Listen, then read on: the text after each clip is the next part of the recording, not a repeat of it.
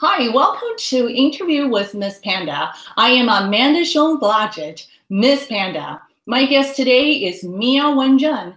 Mia Wenjen is the founder of the parenting blog PragmaticMom and Newton blog I Love Newton. She is also the co-founder of the Multicultural Children's Book Day that is coming on January 27th. And she's also an entrepreneur and an author. I'm very happy to have Mia Wenjen here with us today to share the Multicultural Children's Book Day and its behind-the-scenes story with us. Hello, Wenjen, welcome. Oh, thank you. Thanks so much for having me, Amanda. Well, we're so happy to hear your resource, and then I know that you blog about books, parenting, and education. And your book resource is a go-to place for many parents and educators. And your parenting stories are an enlightenment for parents who grew up in Asian or diverse background. Can you talk about a little bit about your multicultural family background with us? Sure. I think I'm a little unusual because I'm half Japanese and half Chinese. So my mother was born in San Francisco, but her parents immigrated from Japan, and my father immigrated from China before the Communist Revolution. And then I married a Korean. So my kids are Chinese, Japanese, and Korean. And that kind of prompted me to search out books that represent their cultures. But since it's, three different ones, I think that kind of got me, just looking at a lot of resources and then kind of expanding because, obviously Chinese, Japanese, and Korean does not even constitute all the different Asian countries that have immigrated to the United States. And so I think just having three cultures all kind of mushed together, like we would have, Chinese and Japanese food and Korean food all in one meal. Same way with the kinds of books that we read or search out. That's right. And then actually the way we celebrate different festivals could be a little bit different. And maybe it can be the same festival, but you have different cultures too. Right. So, I mean, I didn't even realize until I started researching Asian New Year's, because I always thought, New Year, it's January 1st, because for the Japanese, Japanese New Year is actually January 1st. And then my husband, same thing, they eat, the same kind of special foods, but it's January 1st. And so I had to figure out oh my gosh, there's Lunar New Year's. Cause I knew Chinese New Year was always sort of a moving target. Yeah. But it's so interesting to me that even Chinese, Japanese, and Korean New Year are celebrated, lunar year versus, the calendar that we use in the United States. So, even growing up Chinese, Japanese, and having Korean influence, I didn't totally realize that until, more recently. I know. I think it's a very similar to my experience as well, because I lived in Hawaii for a while. And then I just realized you sometimes just assume that things are going this direction. Everybody should celebrate this. And I also realized that, oh yeah, when it's time to do the mochi pounding in the Japanese temple and the event, then that's the new year for Japanese. It's just the regular January 1st. And so I think it's a learning process. And then for Korean also, it's very different, when you celebrate the Lunar New Year. So I think that's a very interesting point. And then, but how do you celebrate? How do you do that with all your children? When you realize that, and how do you kind of let them know that the multicultural, family events? How do you deliver all that and let them learn about individual culture in your at your home? It's like a mix up, you know what I mean? Like a mashup. And so, you can't really you just have to be sort of authentic to what you do. When we grew up, we didn't really celebrate Chinese New Year in a big way. But January 1st, my mother would try to make, a few of the Japanese specialties for Japanese New Year. And so to me, the best way for children to experience culture is through books and food, because you know, books are an easy way. You don't have to, you know, do things that you don't know how to do, or, you know, or that are a lot of effort. And food, like kids food and they enjoy food, and then you can point out, oh, this is Chinese, this is Japanese. You know what I mean? It kind of gets them interested. Absolutely, absolutely. And then I think another thing you talk about books, you know, food and books. I think books actually take children to a deeper level of learning a culture, because we're learning the value of the culture. What's the value of the families in Chinese culture, in Japanese culture, in Korean culture, or in Western culture? I think from books, I think we're taken to a very different direction, and then we kind of go under the surface of a culture and learn about that. And it's, you know, it's an easy way, because you can explain the holiday and you can enjoy the holiday just by literally flipping the pages of the book and feel connected to that culture, versus cleaning your house for a week and, you know, cooking for a week. I mean, but then the thing is, like, if you then choose to do something small, like my kids, you know, for Chinese New Year, okay, they're really into that red envelope. That's like the aspect of the, oh, yes, of the holiday that they would like to celebrate. Like, please give me money or candy, you know, or do a little craft. But then they understand the full context of it. Absolutely. You know? So, I mean, like, I think even if it's not your culture, it's just a fun way to learn about, you know, different holidays, different religions, different, you know, activities, and then everyone can enjoy and participate in them. Yeah, and then the other thing I think is very interesting, you brought up the idea, like, even it's not your culture. And I think a lot of when we are exploring other people's culture or a different culture, I think we actually learn our own culture better. Yeah, like the connection, you know. Right, because even to go like, oh, Asians have New Year, and like the Vietnamese is just like the Chinese, which is a Lunar, but the Japanese and the Koreans celebrate the same time that I do. Like, that's so interesting. And I wonder what other cultures have New Year celebrations, and is everyone, you know, January 1st, or, you know, I just think like it's fascinating. It is fascinating. I think the books definitely give us, you know, more information on that. And then we talk about your multicultural background, and then does your multicultural family background actually impact you on your parenting style? I mean, you know, the big joke at home is that my kids will say, "Oh, you're being a tiger mom," or they'll say like, "You are so not a tiger mom," but, you know, or like, "Stop tiger mom parenting me," you know. And then, so it's kind of like we joke about it, because I'll say like, you know, if I was actually a tiger mom, like, you would not get away with practicing 5 minutes 3 times a week. Okay, I mean, that's just not going to happen. So obviously, I'm a failed, you know, tiger mom. But I think it's more, it's really more through the food. You know what I mean? And through the books. Right. That sort of just ease your kids into the culture and have them, you know, try new things. For example, like my oldest, who is 18, she just discovered kimchi pancakes. Now, we've had kimchi in the house since she was born. You know, we used to rinse it off in water and let her try it, so it wouldn't be so spicy. And they're always like, "It's so spicy, it's so spicy." But all of a sudden, she went to a restaurant, she had a kimchi pancake, and this epiphany, like, oh my God, I have to have kimchi pancakes. And then all of a sudden, she's now eating hot sauce, Mexican hot sauce, Tabasco sauce, any kind of hot sauce.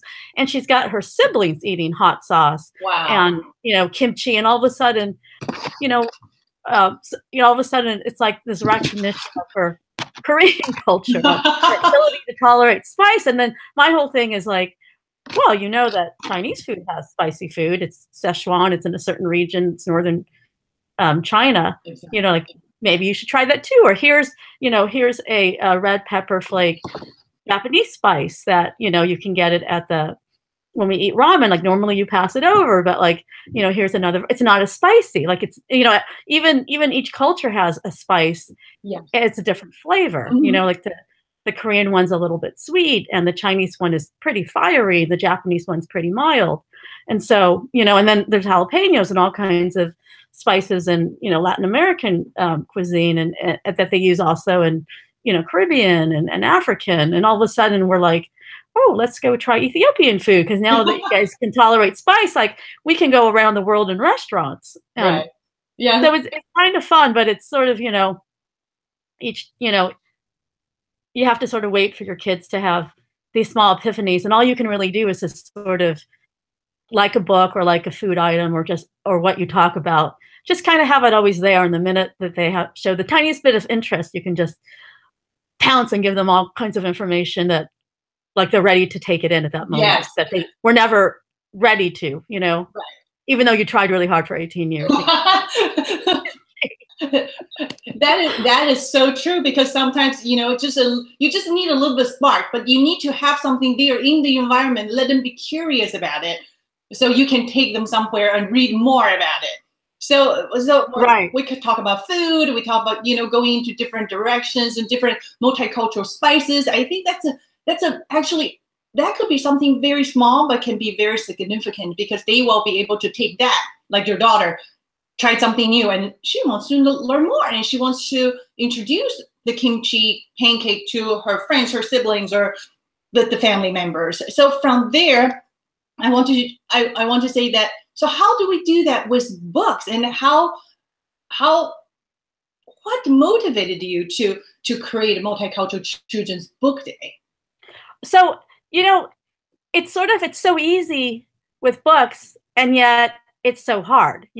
For example, Chinese New Year, a lot of teachers will use Tiki Tiki Tempo. I read that book to my kids when my kids were small, and we literally read it so much that we could memorize, Tiki Tiki Tempo, no some Rembo, we really could chant it. But it's actually, not a real folk tale. It has real issues with cultural accuracy. Mm-hmm. And for me, being Chinese and Japanese, I remember reading it and going, oh, that's so weird. Like, why are they wearing the Japanese, Zori sandal? Like, it's supposed to be I remember thinking that was sort of strange, but not really processing it. Mm-hmm. But now that I've sort of been immersed in diversity books for 8 years now, I realize, that's just not a good example for Chinese New Year. But, not everyone knows, what is a great, picture book for Chinese New Year to read to my children, to read to my class. And, there is a bit of a learning curve. And that's why Multicultural Children's Book Day, what we try to do is find, all the really great diversity books from all cultures, mm-hmm. and provide them, like for example, I have a list that's, great Chinese New Year's picture books that I recommend. And even a caveat for why Tiki Tempo is not the best choice. Because, I'm half Chinese and half Japanese, and I didn't realize that until I literally, blogged for 8 years on it. And so, no one's to blame, no one's at fault, but that kind of information is not so easy to come by. Right. And that's why I sort of focus on the list that I focus on, and Multicultural Children's Book Day really tries to focus on promoting the books that help educators and librarians and parents, find exactly the book that they need. Mm-hmm. Right. And I also, there's a comparison, like we talk about, some books, then you realize maybe it's not totally accurate, then you read more books and then you do comparison. I think you're learning in a way. But the thing is, we do need to have resources, book resources nearby, so children, teachers, parents, they have access to it, and then be able to share all that and all the information with the children. Because I think I read a book last year, Great Wall of Lucy Wu. That book really touched me, because I think that is such a wonderful book, but a lot of times people don't know about it. And then, because my children saw me reading it 2 years ago, actually, and we were fighting over the book, because I think they relate to the story because they have the Chinese heritage background. Absolutely. I remember reading that book and thinking, God, I would have loved to read a book like that when I was a child. And there was literally no Asian Americans in children's books of any book I had ever read. And when I read that, I was like, this is like a normal kid. Like, she's not, like a genius, or, you know what I mean, like a stereotypical, Yes. you know, Asian, and she has the same kind of issues that I can relate to. And I remember just thinking like, oh my God, what a breakthrough, you know? Yes, exactly. Yeah. And then The same way I felt about like when I first saw Joy Luck Club, like how yes. many years ago, like 30 years ago. Mhm. And I remember like my heart was palpitating, like, oh my God, like this book, like I can relate to this book. I've never seen anything like that. Right. And it's great. Like there is that, you know, sort of renaissance in children's book publishing, that you do see a lot more, you know, Asians in children's book. But like I have one example right here. Yes. Jasmine Taguchi Mochi Queen, which is a Japanese New Year book that I'll talk about later. But it is literally one of maybe 2 books I have ever read of Japanese American characters that are not in World War II internment camps. Right. I mean, just normal and funny and doing things that all kids can relate to. I mean, and it's weird that there's so few of Japanese Americans, but you can find a lot more Chinese Americans or other Asian cultures. But on the other hand, it makes sense because if you look at Japanese history, after internment, the Japanese really made a big effort to assimilate. And so, you know, so there's all kinds of nuances, but then, you know, sort of who gets left out and who gets included is, you know, sort of like an issue. You know what I mean? So if you're Japanese American, I mean, sure, you can read about Chinese Americans, Vietnamese, you know, whatever, but at some point, all kids should see themselves reflected in books. And that's why, to me, like Jasmine Taguchi is such an important series, because it's not only one of the few Japanese American characters not in term, but it's like the only one in early chapter books. Right. Like that's it, you know? So like I'm on a little bit of a crusade, like, please let's get this series off the ground, because it's just so needed. Absolutely. I think the resource we're talking about regarding the Multicultural Children's Book Day is that we are not only focusing on the books for little kids, because kids do grow up and they need something more. So, and then, like you said, if you can read a book that can relate to your life, your background, like you talk about the Joy Luck Club, I talk about the Great Wall of Lucy Wu. And in those characters, I think for Lucy Wu, the character is like, at one point she was actually embarrassed with having dumplings or things like that, because she thought that's something, you know, she should hide. And then she couldn't believe her friend was fascinated about it and loved it. And I think all that, I think we need stories to bring out the essence of the culture. And so we would like to see more authors, you know, to write books in different perspectives. You think that's something we should encourage people to do? Absolutely. And the other thing is, just in terms of literacy, we need all these different, you know, cultures represented across different genres, because, you know what I mean? Like sometimes, you know, when like for example, my son, who's 13 now, but like there was a time where all he read was graphic novels, or like notebook novels, like Diary of a Wimpy Kid. And so, you know what I mean? Like you need the same kind of diversity in easy readers and early chapter books and graphic novels and young adult and, you know, and middle grade. I mean, and so it's not just like, oh, that character exists, but it's like, if you can't get to that character until you're 9, because it's a chapter book, you know, that's still not enough, because, you know, you want to be able to sort of, you know, have board books and picture books and, you know, like all of it. It's the same thing with the Kimchi Pancake. When your kids are ready to, you know, to like read independently, or they want to read a book, you want to be able to hand them that book. And if you can hand a book where they see themselves reflected in it, I mean, that helps get kids excited about reading. I mean, not just for Asian kids, but like all kids. Like, yes. You know, Don't Throw It to Mo, and it's like a African-American boy. And it's an easy reader. And I was like, that's so important, because that's sort of the time where kids sort of decide, like, I like to read, I don't like to read. And that's where you sort of need to pounce and say, like, oh my God, look at all these great books that are so fun to read and, you know, that you can relate to. I think it just makes them, you know, want to read more. Right. So I'm going to read a mission for the Multicultural Children's Book Day. I think it's a very important statement for people to know. For the Multicultural Children's Book Day, the mission is not only raise awareness for the kids' books, that celebrate diversity, but to get more of these books into classrooms and library. How do we do that? So, I mean, like Tiki Tiki Tembo is a really good example. I mean, teachers, don't have, teachers are expected to pay for so much in their classroom, and they don't make, the money that they deserve. And so you can't just say, oh, reject that book and replace it, because, they can't, I mean, that might not be in their budget. And so we recognize that. And, and there's school libraries that literally have budgets of $300 for the whole year. And so what we wanted to do was not just find those books, but get them into the hands of the actual readers. I mean, like the teachers and the librarians and the parents are we're gatekeepers, but if we can get books into the hands of kids, we have a bunch of programs for that. So we have a teacher classroom gift program. Teachers have to sign up. We'll send them a book based on what grade they teach.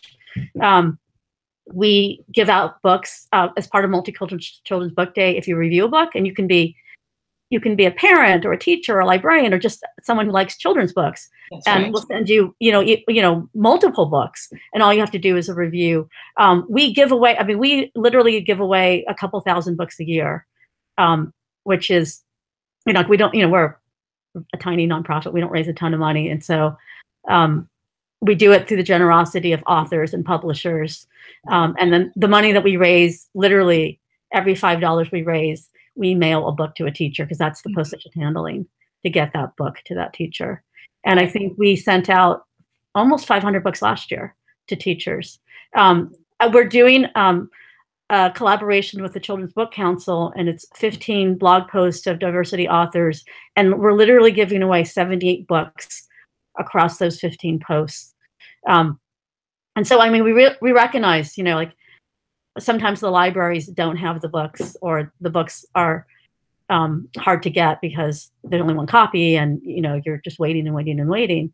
And so, yeah, we're trying to get those books into those kids' hands. That's fantastic, because we're talking about you have resources for parents, because parents can be a reviewer for a book, and then they can receive that book for free. And then for teachers, they can also receive books for their students. And we're talking about libraries, they will be able to participate and be a part of the Multicultural Children's Book Day. And then, it's only, even though it's one day, but as a matter of fact, it's every day, because books are there and children can have access to it. And that's very important. But how about authors and then publishers? What can they do to help? Well, so we have a Twitter party on January 27th, and it's 9 p.m. Eastern Standard Time. We're giving away bundles, and anyone can win them. Parents, teachers, librarians. We're also discussing the state of children's books. And so last year we had 1,900 tweets from people participating, and we trended #2 on Twitter ahead of Muslim ban. So we're hoping to get great participation like last year, even though this year it falls on Saturday. And so not only are we asking our participants, like, what books are you having trouble finding? What kinds of issues or characters do you want to see more of? But we're also asking people to shout out, what are your favorite books, authors, diversity illustrators, just sort of a way of sharing. And then we save all those tweets on, and we post that on our blog as a reference as well. Right. But I think just for everyone to know, like, if everyone says like, oh, there's not enough books about asthma, that's sort of great information for authors, illustrators, and publishers to know, or, there aren't enough,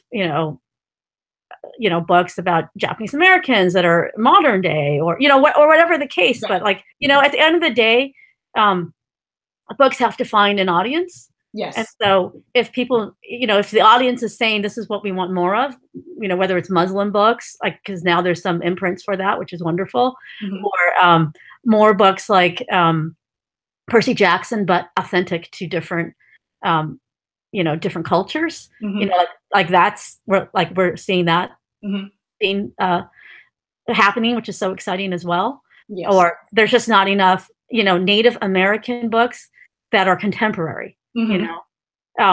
And so I think it's a great way to say, when someone says, like, I would like to see more of that, for authors, illustrators, or bloggers or publishers, to say, oh, here's some books that we worked on, or here's some books that we read and we recommend. And then, you know, we can sort of just like help each other out by sharing, you know, our favorite books. I mean, that's half the battle. It's just, you know, what's out there and what is it I need and how do I find the match? Right. You know? And I think it's great when you talk about the Twitter party, and then it's like people can shout out for the books they really like, and then they can also look for resources. I remember that. I actually was so excited because I was able to discover new authors I hardly knew, and then that really helped me to go to a library and look for books or recommend books. Like, can you guys get books like, you know, this author, and then different topics. And I think it's a balance, but at the same time, I think that kind of to see we can exchange ideas and also have a better resource for children. Right. And even just, you know, if you can't buy the book, even just requesting it at the library, if your library doesn't have it, all these things help more diversity books get published and find audience. And so, yeah, I mean, I think a lot of it's just, you know, kind of like the scavenger hunt. Yes. Finding out what's available and matching up to everyone's different needs, especially if they change over time, you know, as kids get older or their literacy needs change. It's like, you know, I mean, I know I'm constantly looking, you know, just for books that my kids are excited to read, let alone can I sneak in, you know, some kind of, you know, teachable moments or learning opportunities. Yes, well, that is really true. When we talk about teachable moments, I'm also constantly looking for books like for my kids to read. My oldest one, my oldest one is 14 years old, and he likes to go into different, you know, categories, you know, like science and history. I think, you know, sometimes after a while he will say, like, you know, actually this book and that book, they kind of relate to each other, but they're all talking about certain things I think I understand. So I think the more you read, I think you really can explore more things, you know, not only in a cultural level, but literacy, and then also learning more about certain topics. Yeah, I think it's so exciting when you can start to make connections. And actually, of the books that I'm showing, I'm going to, I know we'll get to that later, but there's some secret connections between these books that you might not realize. So I'll reveal that at the very end. Yes. Yes. So let's talk about this. We know the Lunar New Year, or the Chinese Spring Festival, 春节, is coming next month. So it is a major cultural festival and a celebration for many Asian countries. And do you have any books you want to recommend to us? I do, actually. I have a few. I started off, it's so funny, I had 4, and I was like, oh, I can't have 4. 4 is an unlucky number. So I actually found more to round it out. But I'm going to start with this great book, The Neon Monster by Andrea Wang, illustrated by Elaine Chow. And so, like, this is sort of my go-to if you're looking to buy or to find at the library a replacement book for Tiki Tembo for Chinese New Year. It has the same elements. I mean, this has the same folk tale element. It's an exciting story, but it also goes over, you know, the cultural aspects of why certain things are done at Chinese New Year, what's the meaning behind it. But it's just a really fun story. And so I recommend this. The Mi's Chinese New Year, I happen to have this in my own library. I love her illustrations. But I mean, if you just want a nonfiction resource about, you know, about Chinese New Year, it has, you know, the gods and the foods and all of that. So it's like a nice companion. Yes. To this. So it's like a fiction picture book, a nonfiction picture book. Okay, Year of the Dog. Like, this is a classic. Yes. And what is so wonderful is that this year is the Year of the Dog. Yes. So you get like a sort of a double, and it's sort of autobiographical for Graceland's own life.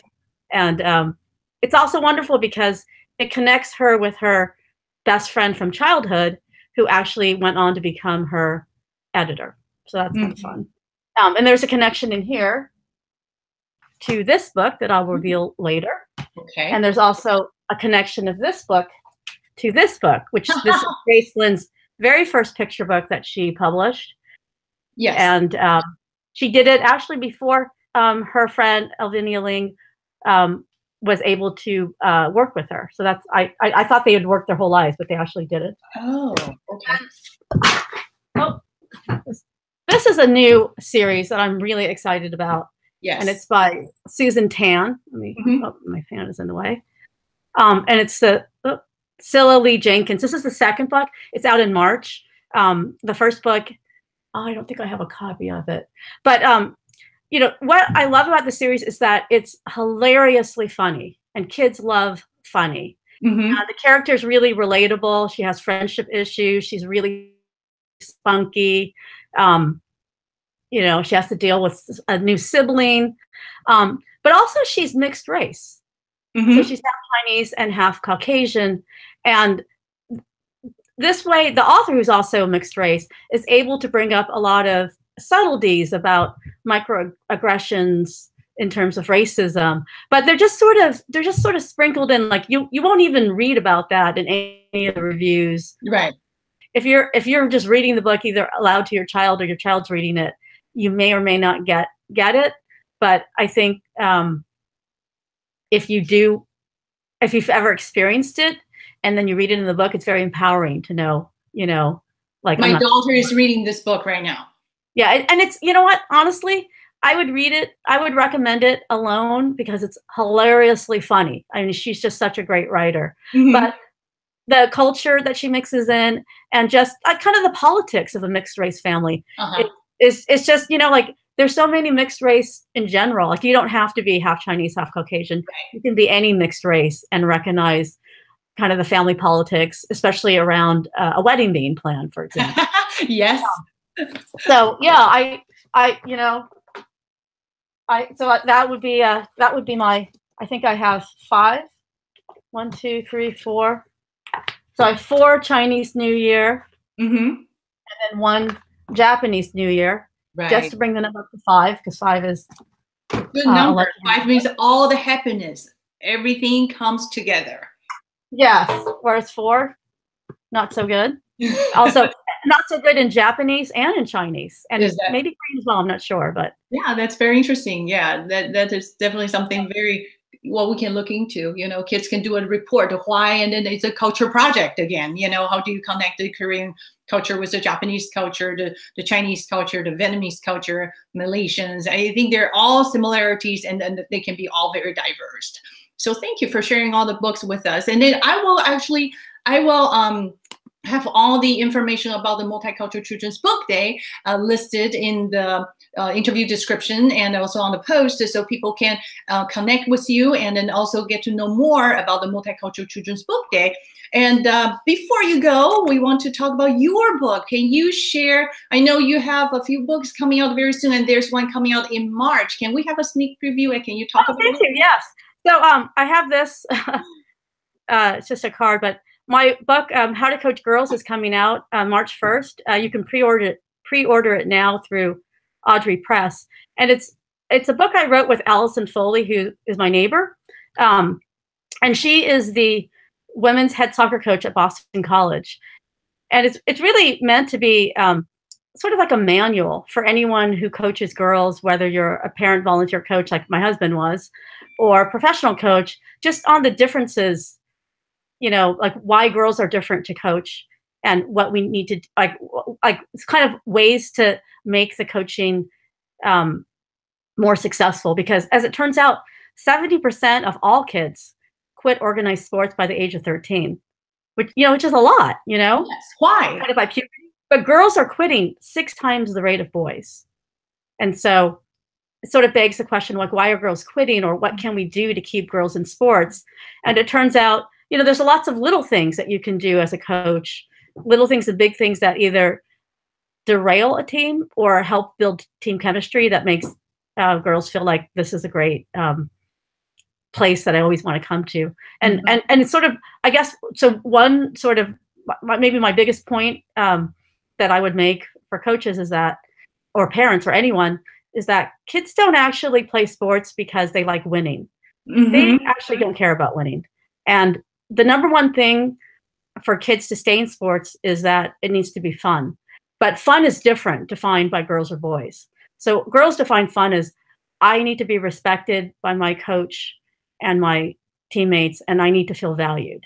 And so it's not about winning, and it's not about like laughing or having fun is great, but it's about each girl needs to feel like I'm valued. Like I show up, I'm valued. You know who I am. I'm not just an athlete to you, I'm a whole person.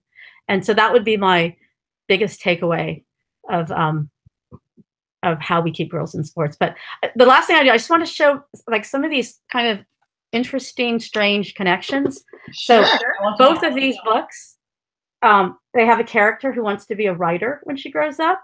And actually, Jasmine Taguchi and Grace Lynn's mother in real life. Oh, wait, no, it's this one. Sorry. There's a character in Jasmine Taguchi. She has a neighbor named Mrs. Reese.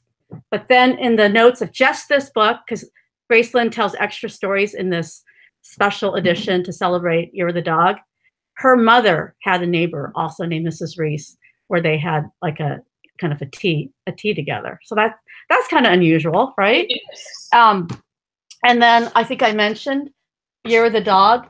She talks about it's sort of her year to discover what she wants to be when she grows up. Yes. And in this book, Scylla knows she wants to be like a really famous writer, but she discovers what her little sister, who's like a toddler, what her life passion will be. But also, the character Pacey enters a bookmaking competition, and in real life it wasn't this book, but in the book, she writes a book about gardening with her mother called The Ugly Vegetables, and that is this actual picture book. So that's kind of fun to know that those two are connected. And The Neon Monster and Jasmine Taguchi, in both books, they talk about sticky rice or pounded rice. And so in each book, they have rice cakes, which is also a connection of food, which we always enjoy. And what was my last thing? I think I can't even read my writing here.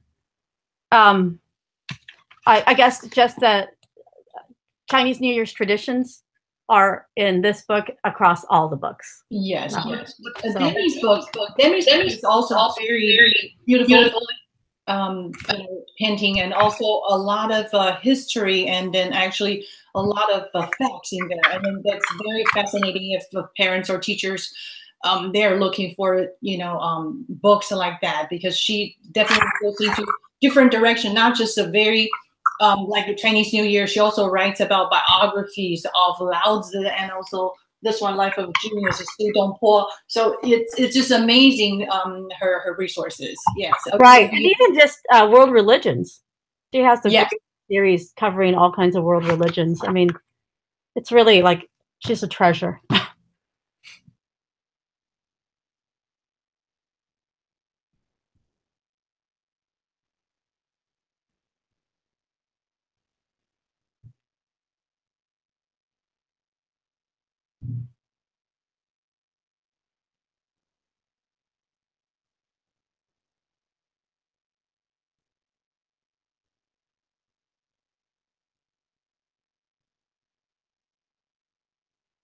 Oh, I just want to know that we're going to include all the information about the Multicultural Children's Book Day, website information, also your social media information in the description of this interview, so people can be in touch with you. But what is your, if people want to be in touch with you, and how do they follow you? What's the number one thing they should go to?